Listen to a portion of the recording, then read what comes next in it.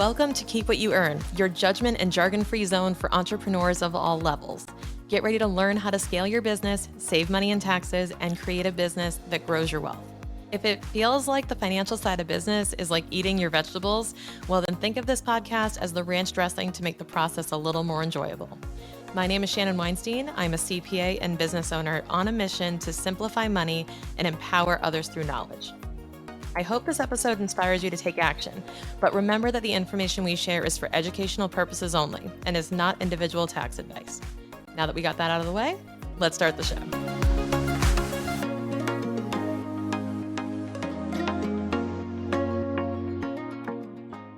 Hey, welcome back to the show. Today, I'm sharing with you an episode that I did on another podcast because I love sharing more of my story and unique perspectives based on questions that hosts ask me. I hope you enjoy this episode and can dive deeper into learning from this podcast and from others. Check the link in the show notes for more information on this host, their episode, and where you can find the full content. You're listening to an Airwave Media Podcast. This is Shannon Weinstein, and you're listening to the Earn and Invest podcast.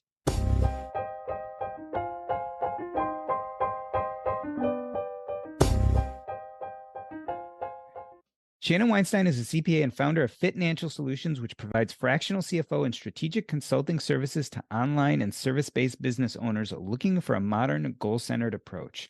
She's also the host of the Keep What You Earn podcast. Shannon Weinstein, welcome to Earn and Invest.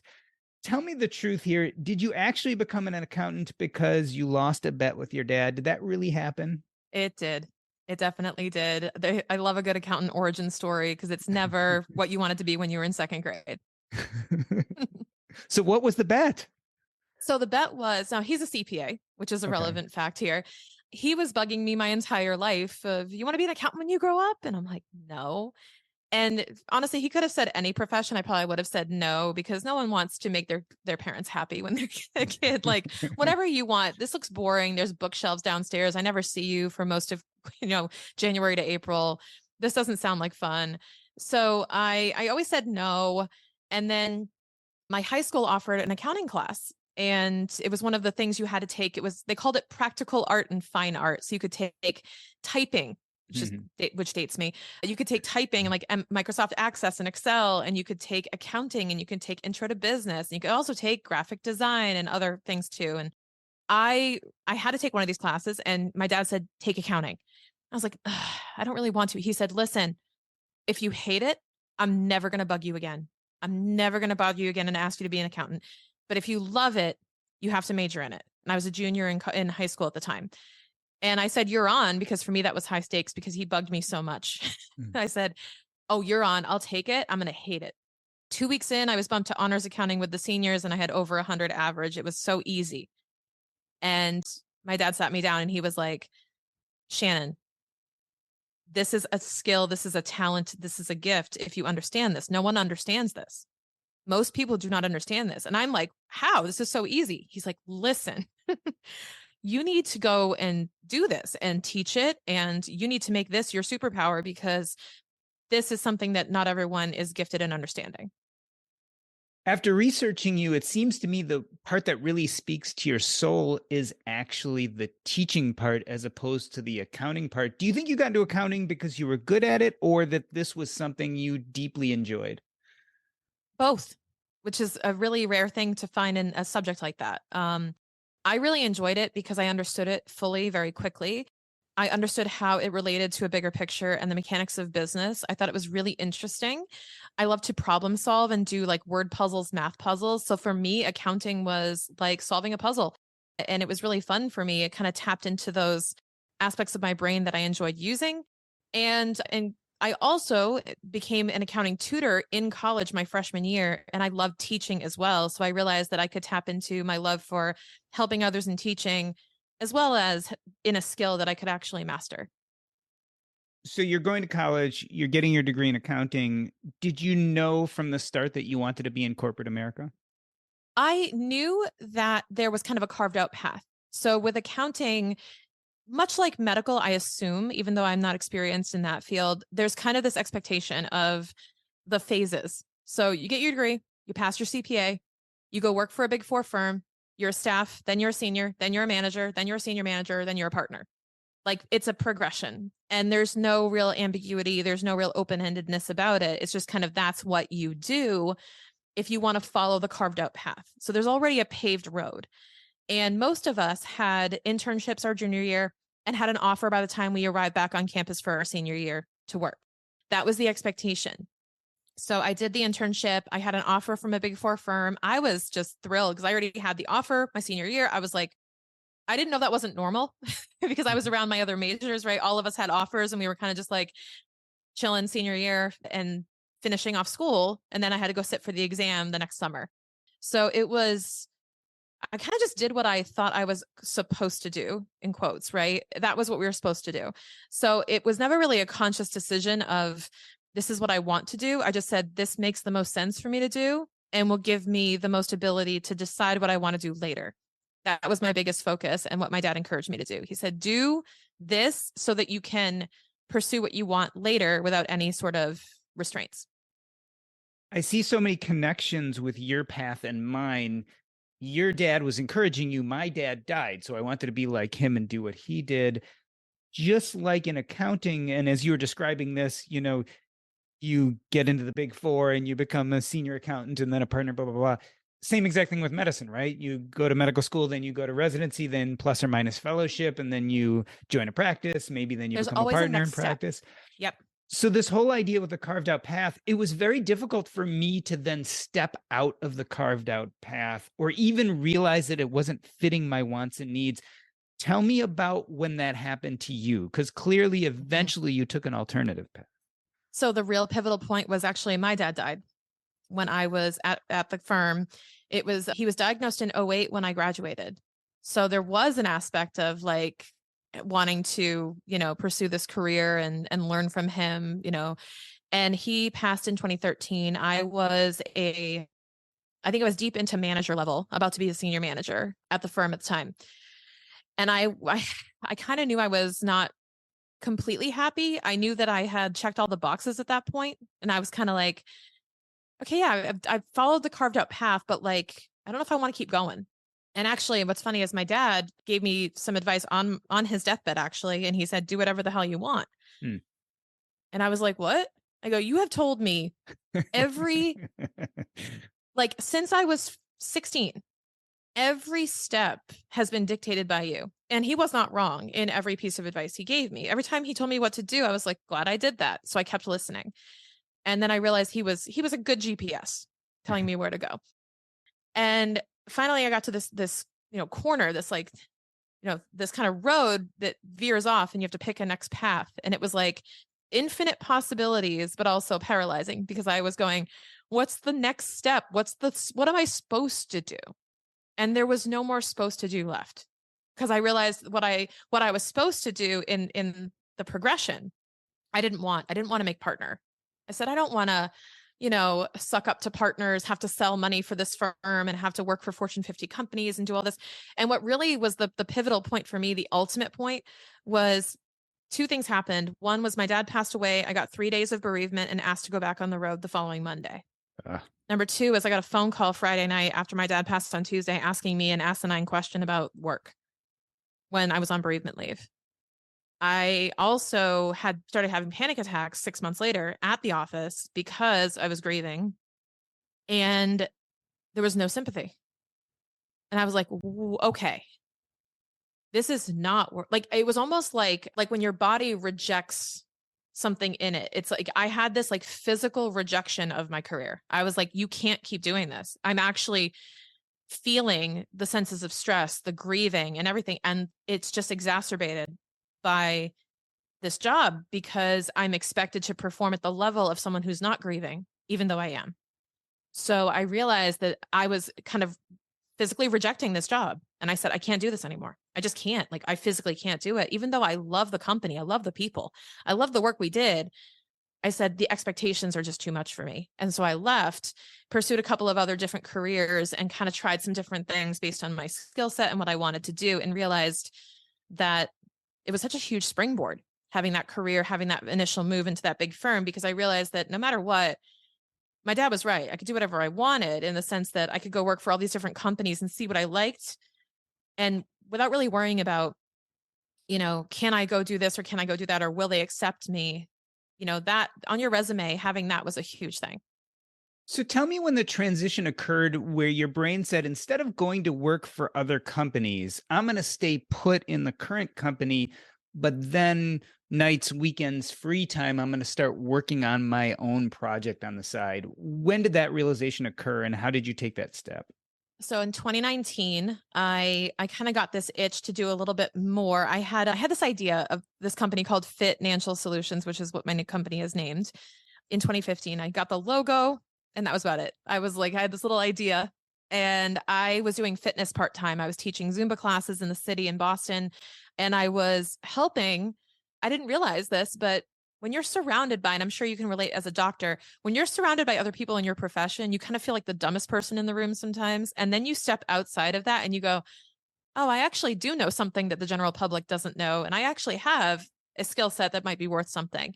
And I realized that when I was teaching Zumba, and all my fellow instructors were asking me tax questions and they were asking me questions about their books or their income.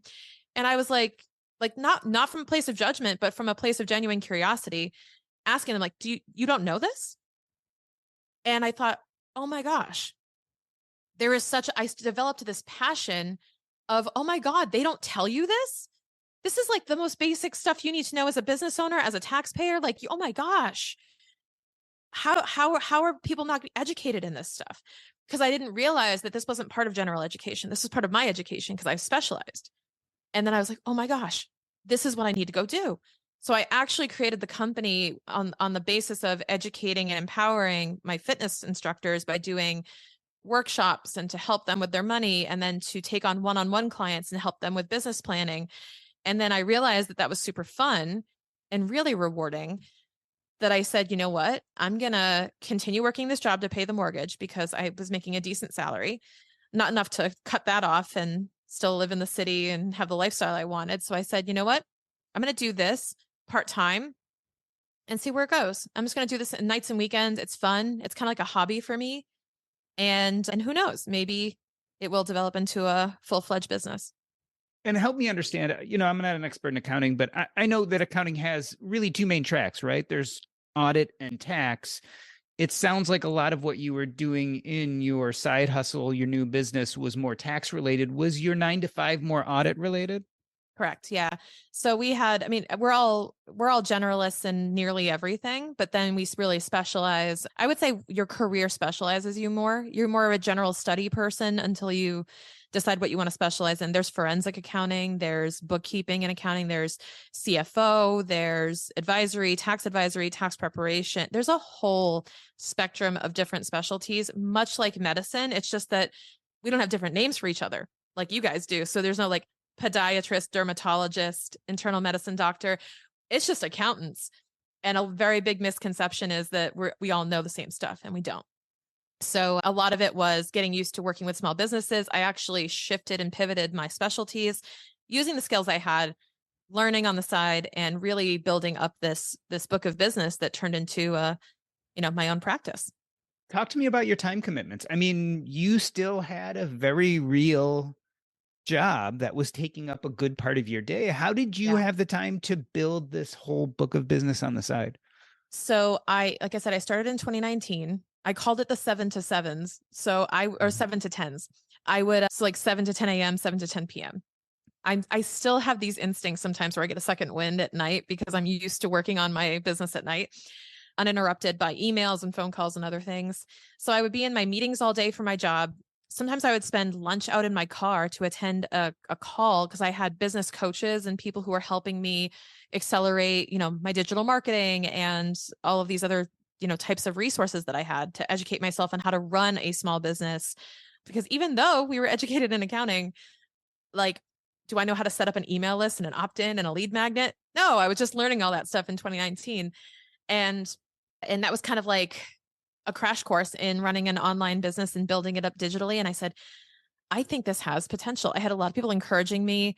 And the time commitment was basically pretty much every waking hour I could find. Now, like asterisk, I don't have kids. So, or didn't have kids either at the time. And every minute I could find where I could be progressing this business, I was trying to, because I said, I'm going to give it all the effort I can, because this is something that's been on my mind for 4 or 5 years that I wanted to do. And the only way that I'm going to be able to have the freedom to take care of my husband and to come and go as I please and get things done the way I want to is if I do this for myself and build this up on my own, enough so I can not have to sit in the cubicle for 8 hours a day. Let's talk about your growth strategies, because I could see someone in your situation, you're interested in fitness, you're interacting with fitness people, realizing that they actually need help. They need, in a sense, a CFO to borrow to come in and help them with taxes and management and organizing. This is a need you could fulfill. A lot of people would have said, okay, I'm going to use my local connections and meet people locally, but you took a more digital strategy. Talk about using Instagram and maybe not using necessarily your local geography, but using social media to grow. I realized, and this was something that my business coach taught, right? It was an online business coaching community, and we were learning how to set up digital businesses. I didn't even realize, the difference. And then it hit me that when you set up a digital business and a digital presence, then your business becomes location agnostic, and your business can now acquire customers wherever that have this problem that you solve. So you're not uniquely serving those who are in your geography. The other reason I did this was because I had moved to Connecticut to be with my husband, and we live in a pretty remote, I say we're in the woods. We're in a town with one traffic light. There are not a ton of local options of businesses to serve.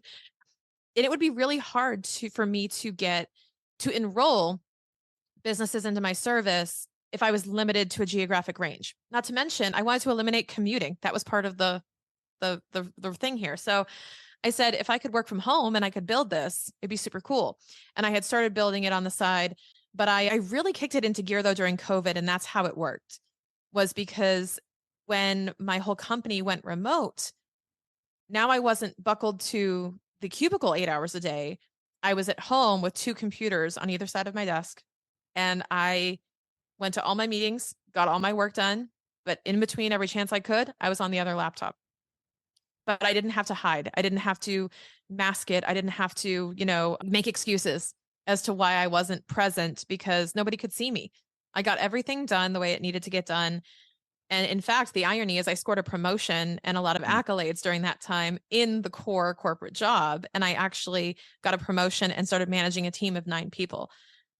And it was actually quite funny to me that, like, when I really stopped kind of caring and I just kind of showed up and did the quote unquote bare minimum and really kind of started expressing myself more honestly, because I didn't really feel like I had to impress anybody. That was when I actually elevated in my position. Yeah, J.L. Collins talks about FU money, right? When you have enough money that you can pretty much do what you want, but you had, in a sense, an FU side hustle, which meant you felt good enough about what you're doing and you were making enough money doing it that you didn't feel like you had to pander to anyone. Tell me about the crossover moment. So you get to a point where you probably could have continued doing what you're doing, right? You could have probably had your corporate job. You could have probably been making extra money on the side. But at some point you decided, okay, now I can leave my 9 to 5 and just do this self-made business. How did that moment occur? How did you realize it?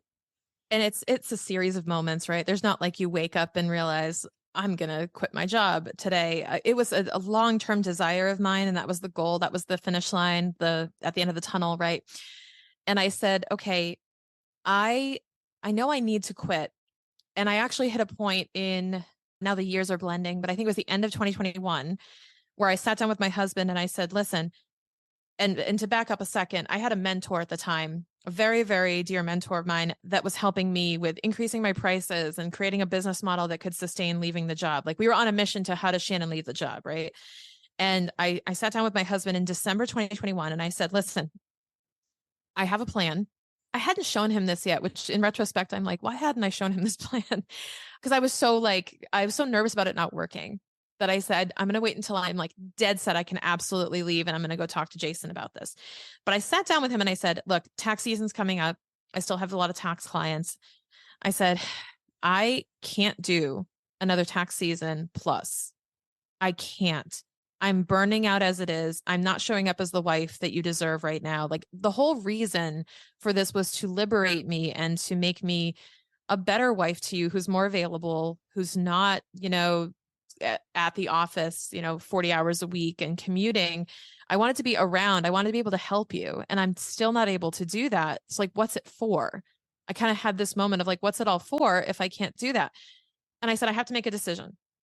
I either have to shut down financial and go and find another job because this one's miserable to me. I knew that was not going to be the thing.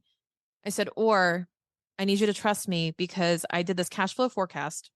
And if I quit the job now, I know we wanted to wait 6 months until June. You wanted to wait and see how things panned out the first half of the year. But if you let me go now and I can dedicate all of my time, I actually put together a forecast of if I make this much per month, I got this. And I can replace my salary and I can replace the cash flow needs that we have along with supplementing it from you. If you don't mind a little bit of patience. And we actually set a deadline. I said, if in 6 months I can't prove to you that this is self-sustaining, I will go get another job. So I said, there's no risk. Give me 6 months to prove it. And he was like, okay, when's your last day? And that was it. I cried and I put in my notice for the end of January. I gave them a month notice, which was I just said, I want this to be as amicable and like no drama as possible. I'm going to give them a month notice right now. I can do one more month and then we're going to do tax season. I'm going to hit the ground running. And that's exactly what happened. How did people respond to you leaving your job? Were they prepared for it? Did they have any idea? Did they know that you had your own business? My coworkers, that was one of the funniest things. They had no idea. Even the people I had just hired in my team, I had hired 4 new team members in the course of 5 months and trained them. And I said, let this be a lesson to Google your next boss, because none of you bothered to Google me. None of you looked up my LinkedIn was pretty secure. I didn't post on LinkedIn very much about my business. I was on Instagram, which was it's not really a place like other accountants hang out. So it was pretty safe. But I had already accumulated, I think 100 podcast episodes or something at that point, something close to that. And it was really funny because I had the podcast, I had all this other stuff. I was starting to like build up more, presence online. And they all asked me, so what are you going to do? What are you going to do? And I kind of smirked and I said, I have my own business. And they said, you do? It's like, yeah. I said, and I have a top 200 podcast. And they were flabbergasted. And then they all went to go Google me and they were like, holy, wow. And they hadn't looked it up yet. But once I kind of like, I felt so liberated when I could just start talking about it, posting on LinkedIn that like, hey, I do this. And I've been doing it for 3 years. Surprise. They were very supportive. At the end of the day, they're all human and they're all, if anything, I got a lot of inquiries after I left about people saying, hey, how did you do that? Because you did it, but it was very respectful. It was a transition. Like I never would have known you weren't fully dedicated to this role because you still delivered every day. And that was a big thing for me, was not feeling like I was failing. And that was really hard. I think that's what burnt me out, is trying to be 100% at both.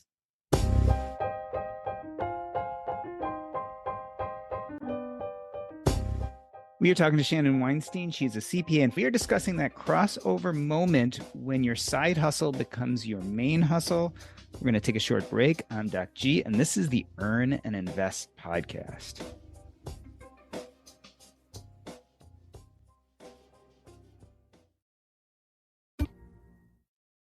We are talking to Shannon Weinstein. She is the host of the Keep What You Earn podcast, and we're talking about how her side hustle became her main hustle.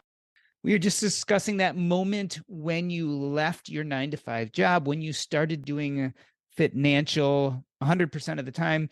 I want to talk about how that changed your life, but let's first talk about how that changed your finances. Did the momentum of the business change when you could devote all your time to it? It did. It totally did. It basically amplified what I could possibly do. It amplified how much I could work. It amplified how much I could basically share with my clients, what I could do for them. And also the biggest thing was opening up my calendar and no longer really letting other people's priorities, other people's meetings consume my calendar. So my most important thing I did was I cleared out the calendar and said, when is my energy at its peak? When is it at its lull? When do I want to have meetings? When do I not want to have meetings? So I'm showing up the best, because there's this idea of like work-life balance where it's kind of the work hard, play hard type of mindset where it's like one or the other. And I just said, well, what if like I only take 3 meetings a day throughout the day? No more than that, because that will burn me out. I kind of set these little rules of like no more than 3 meetings, because otherwise I get tired. I have to fit in time for movement, and I have to do X, Y, and Z. I just said these are kind of like my little rules I'm going to build around my calendar to protect my energy. That was the biggest thing. It was worth a reduction in income, because it's very hard to replace like a higher level executive salary, but I would trade it any day of the week to have that type of time freedom and scheduling freedom that it gave me to actually just say, I don't have to ask permission to do anything, take a day off. I don't have to ask anyone's permission to go run to the store real quick. I don't have to tell anyone where I am. It was wonderful. So that was the biggest thing. What about fear and self-doubt? Because it's one thing to have your side business and know you can always fall back on your 9 to 5. Mm-hmm. But when you actually make that transition, there has to be a moment where you're like, oh my God, like now if it all falls apart, I'm kind of in trouble. Yeah. There was a little bit of that fear, but I think that my dad's advice rang in my head all the time, that I have a unique set of skills that serve as a toolkit that I can use and pull out when I need to. That even if I took this risk, like I told my husband, if I can't do it, I'll get another job and I'll figure it out. Like if my worst case scenario, one of my business coaches, Jess Glazer, she has this great story about how she was listening to a podcast when she decided to quit her job. And the podcast was essentially like, it was about a woman who wanted to make jewelry. And the host was asking her, well, like, what's the worst case scenario if you were to quit your teaching job to go make jewelry? And she's like, well, the worst case scenario is I'd have to go get another teaching job, probably in another district, and I would not be able to make jewelry. And he's like, well, how does it feel to live in your worst case scenario? And like she said that, told me that story, and that one hit me too in the nerve. And I was like, I'm living in the worst case scenario. I'm sitting in the worst thing that could happen, which is I come back to a job. And that's when it kind of hit me. And I said, I can afford to take risks. And especially after my dad passed away, and then my husband's dad got sick, and you start seeing these things kind of show up as you get later in life. You're like, well, wait a minute. And I know this is something we talked about a bit too when we were chatting last, was like the lessons you learn from those who are coming to the end of their life. And you go, I got no time to waste playing it safe. This is my worst case scenario of how to spend my time, which is my most precious resource. There's nothing wrong with going for it. And then if it doesn't work, doing something else and just pivoting again. So we talked a little bit about how this move changed your business life. Let's talk about how running your own business and doing it virtually has changed the rest of your life. First, let's start with your husband. We haven't talked about it yet, but he has some unique healthcare needs. How has this changed your life, being able to control more of your time? So he has chronic back pain. He is a former hockey goalie. He's had several surgeries. And that's a big part of why I wanted to make sure I was available to be able to help him. You never know what type of day he's going to have, if he needs some help or not, but he's powering through. And it's been a huge game changer for me to be available and be more flexible to adapt to what he needs to do. He's also an entrepreneur. He's a business owner since he was 22.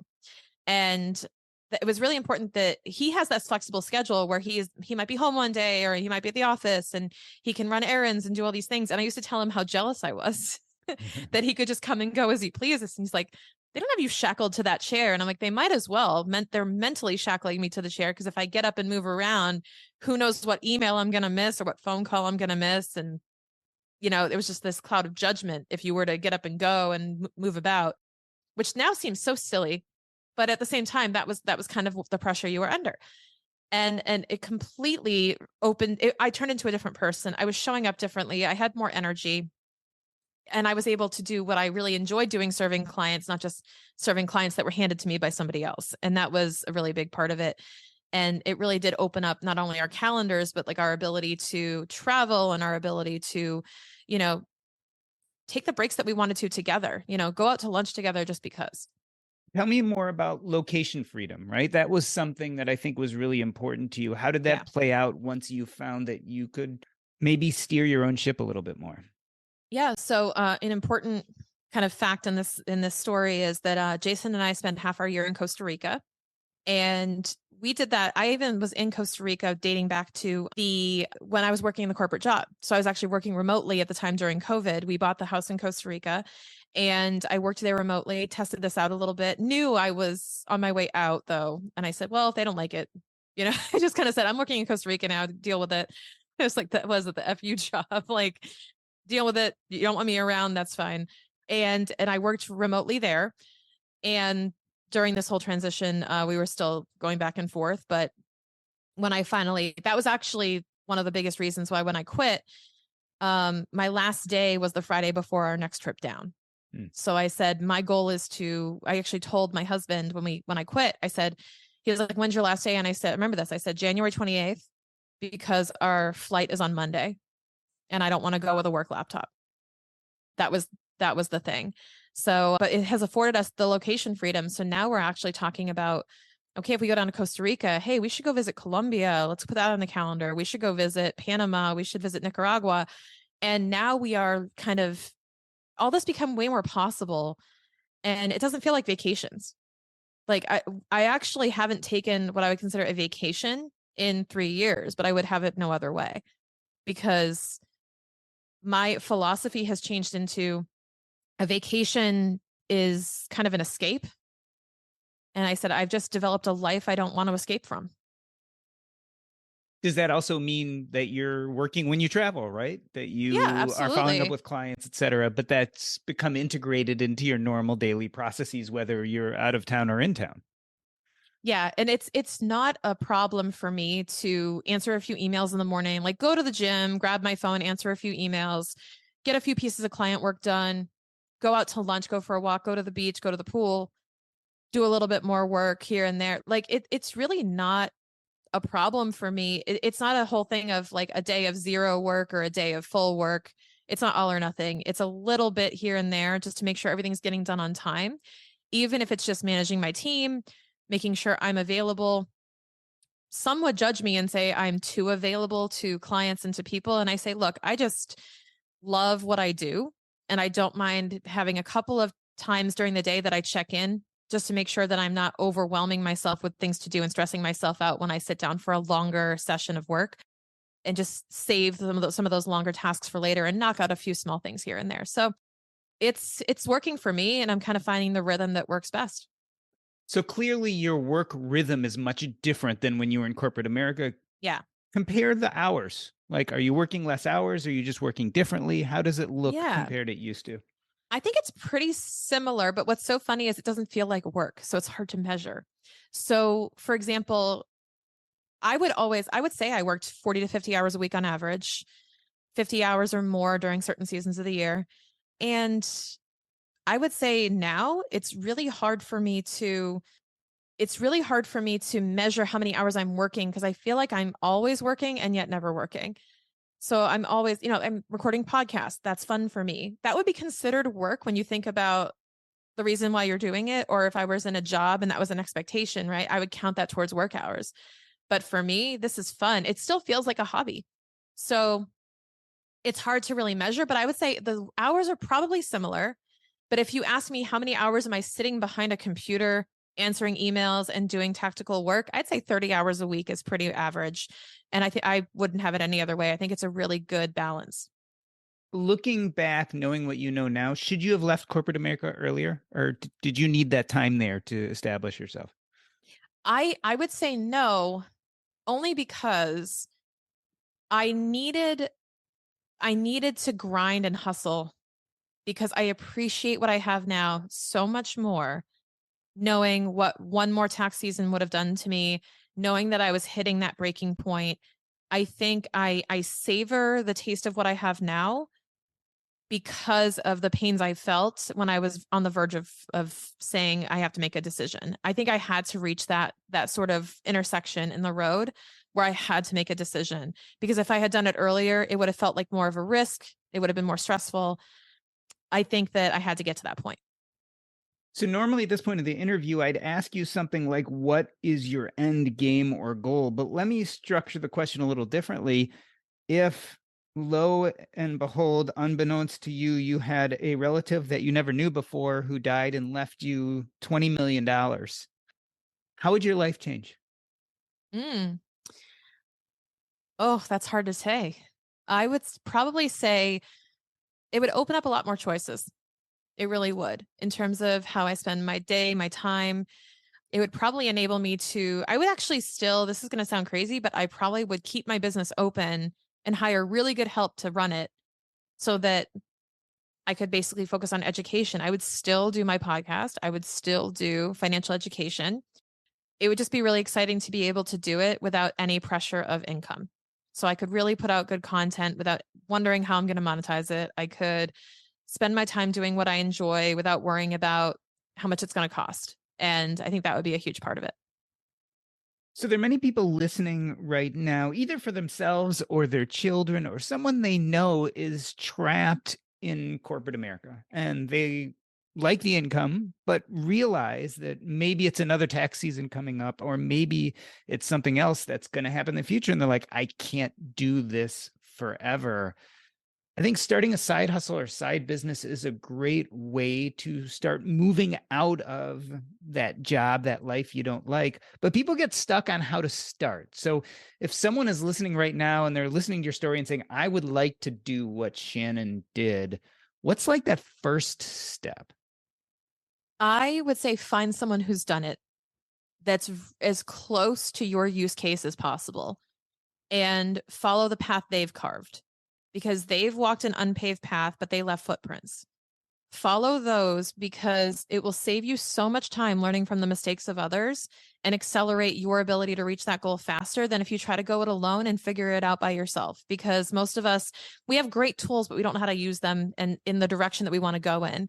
And find that person. Like my dad was a great GPS up until that intersection, right? And then it was do whatever you want, go wherever you want, travel wherever you want. And I just had to find a new GPS to follow. And I've had mentors and coaches every step of the way. Without that, I would still be yearning to leave my corporate job. No question. I think I cut in half the time it would have taken me and done it so much faster and with more motivation, more drive than I ever would have without those people. Any big common mistakes that you want to warn people against? Because I know when people are setting off with these big audacious goals, sometimes there's just these obvious things that they do wrong, but can't see it until they've gone through it. I would say that a very common thing is to discount yourself literally and figuratively by saying, I've never done this before. I've never done this on my own before. Who am I to charge X dollars to do this? And they undercut their pricing. People will start off way undercharging for their services because they really don't know what they're worth because they're starting with a very low level of confidence. My advice, my mistake and advice kind of concurrently is put in as many reps as you can, whether it's free or low cost, as fast as possible, because that will buy you confidence and that will help you raise your prices faster. Because I'm not saying come out the gate and charge 10 grand a month or whatever, because it's really hard to, feel that pressure. But I would say if you're doing something similar to me, start small, build, but put in as many reps as you can as fast as possible so you can elevate your confidence, elevate your offer, elevate your pricing so that you can figure out the model that works for you and then be able to make those sort of financial decisions on how you want to spend your time and possibly quit your job. Is there anything about corporate America or being an employee that you miss? I miss the camaraderie with coworkers. Going off on your own is quite lonely because there's no boss you can check in with and make sure you're doing your job right. There's no report card feedback that you're doing a good job. It's a very emotional roller coaster with no feedback other than really your bank account saying you're doing well or you're not, right? So the metrics to measure yourself on are much more ambiguous. You don't have kind of a straight expectation anymore of what you're supposed to do.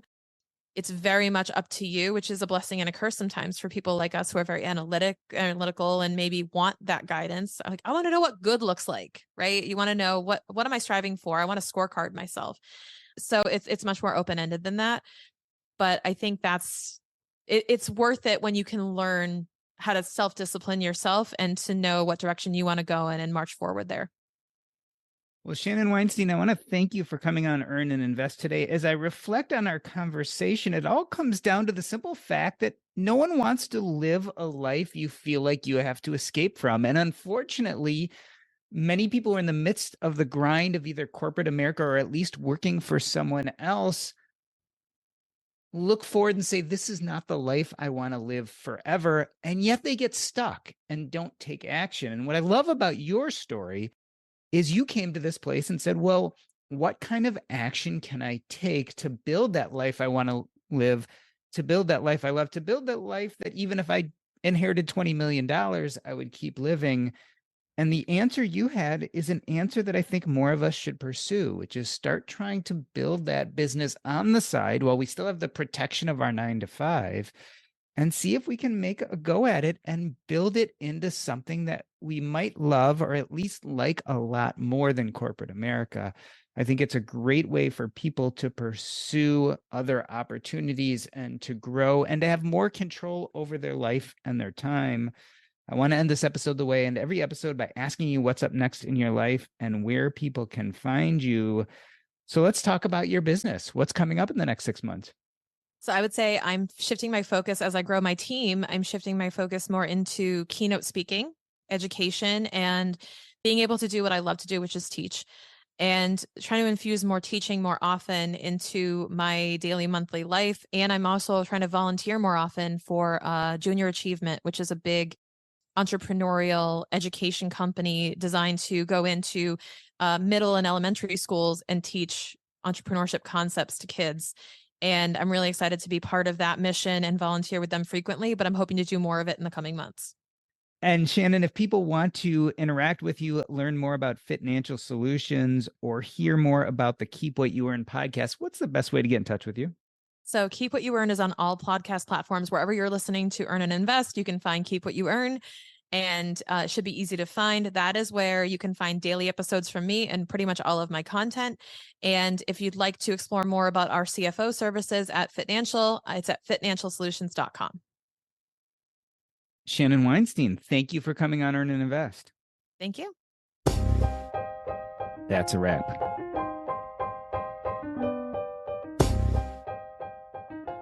Earn and Invest is now part of the Airwave Media Podcast Network. Visit airwavemedia.com to listen and subscribe to this show as well as other fine podcasts.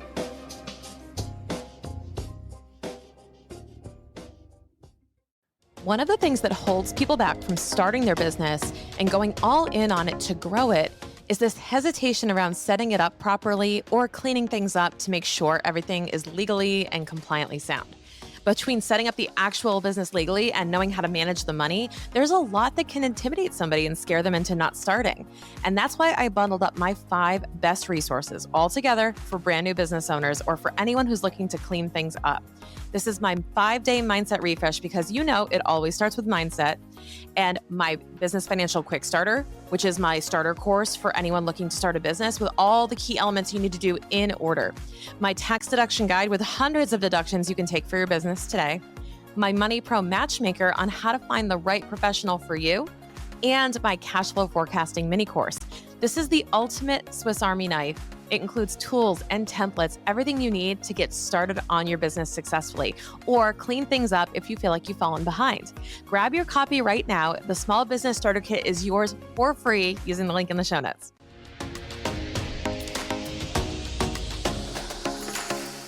Thank you so much for listening. If you enjoyed this episode, please leave a rating and review on your podcast platform.